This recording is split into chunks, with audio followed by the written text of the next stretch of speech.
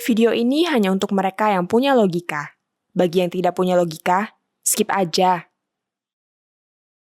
Munculnya pawang hujan di MotoGP Mandalika ramai dibicarakan. Sang pawang bernama Rara Isti Wulandari menjadi sorotan media asing dan dalam negeri. Rara tampil di sirkuit saat hujan besar turun yang menyebabkan lomba sempat ditunda. Dia melakukan rangkaian ritual di bawah sorot kamera.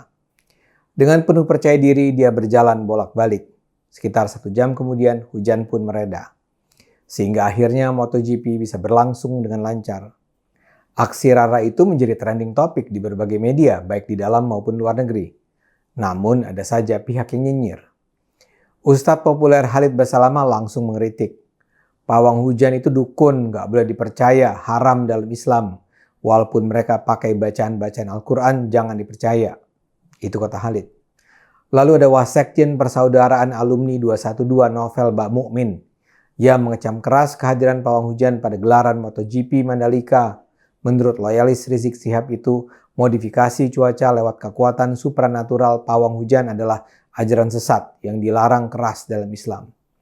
Dia bilang kehadiran pawang hujan dalam ajang bertaraf internasional itu sama halnya dengan mengkampanyekan kemusyrikan. MUI harus bisa meluruskannya, kata Novel. Kalau para petinggi yang hadir saat penyelenggaraan MotoGP mau musyrik atau murtad, silahkan atas nama sendiri.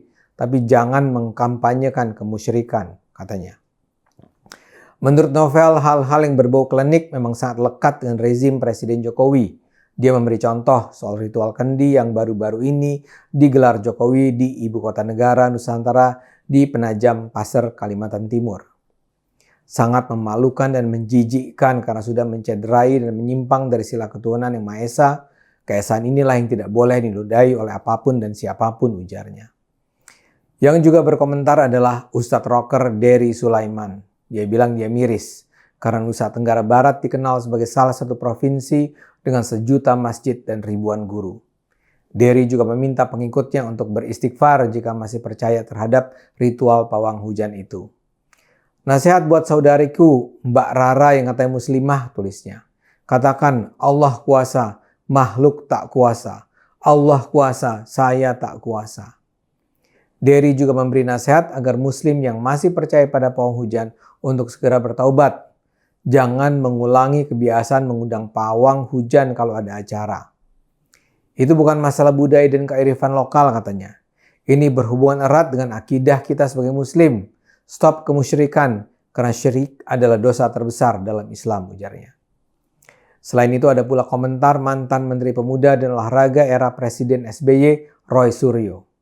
Dalam cuitannya, Roy mengunggah dan mentertawakan foto Rara yang sedang menjalankan ritual penghentian hujan. Dia bahkan menganggap media yang menyiarkan ritual Rara menantang kehendak Tuhan.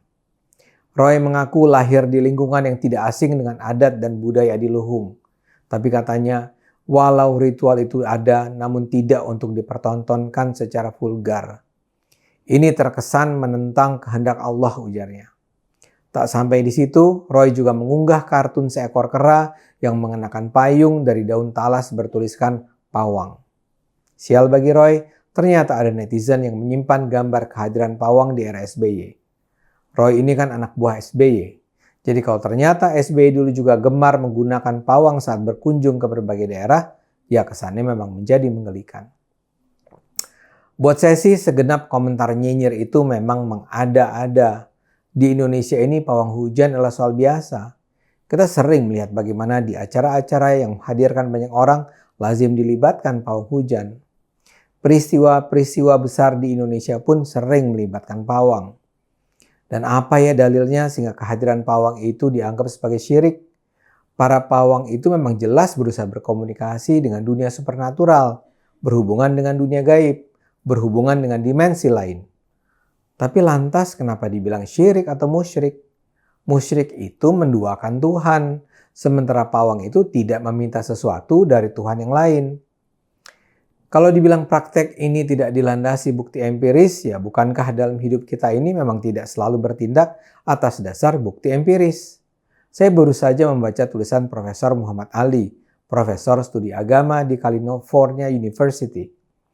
Dia membahas soal pawang hujan ini di laman Facebooknya. Dia bilang, dalam tradisi Islam ada banyak unsur magis yang tidak berdasarkan empiris juga.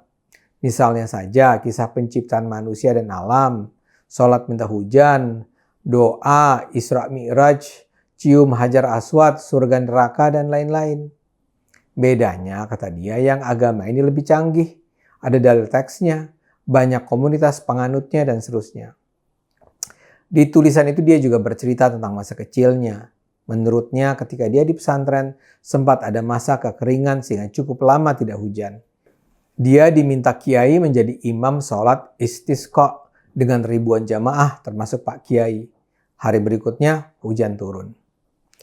Sampai sekarang dia masih sering berpikir, apakah sholat istisqa yang dia pimpin itu yang menjadi sebab turunnya hujan, atau hujan itu ya bersifat alamiah saja. Menurut Muhammad Ali, sampai sekarang pun dalam keyakinan dan tradisi Muslim juga banyak hal yang nampak terkait supranatural. Misalnya saja, ada roh di rumah kita, ada hari baik, ada hari buruk untuk pernikahan atau buka kantor, ada doa wirid menyembuhkan sakit jantung, ada kekuatan magis di cincin batu akik, Quran kecil bisa menghindari diri saya dari kecelakaan, dan seterusnya. Jadi seperti saya katakan, biasa-biasa sajalah. Kehadiran Rara di MotoGP sebaiknya kita anggap saja sebagai pertunjukan yang mengasyikkan. Sebuah gimmick yang menjadikan acara internasional ini lebih menarik. Membuat Indonesia nampak eksotis, misterius. Dan tentu saja marilah kita melihat pawang sebagai bagian dari kearifan lokal. Sebagaimana budaya lainnya, dia akan bertahan selama orang masih menyukainya, mempercayainya, menghargainya. Tidak usah ditanggapi dengan sinis. Biasa-biasa saja. Ayo gunakan akal sehat, karena hanya dengan akal sehat, negara ini akan selamat.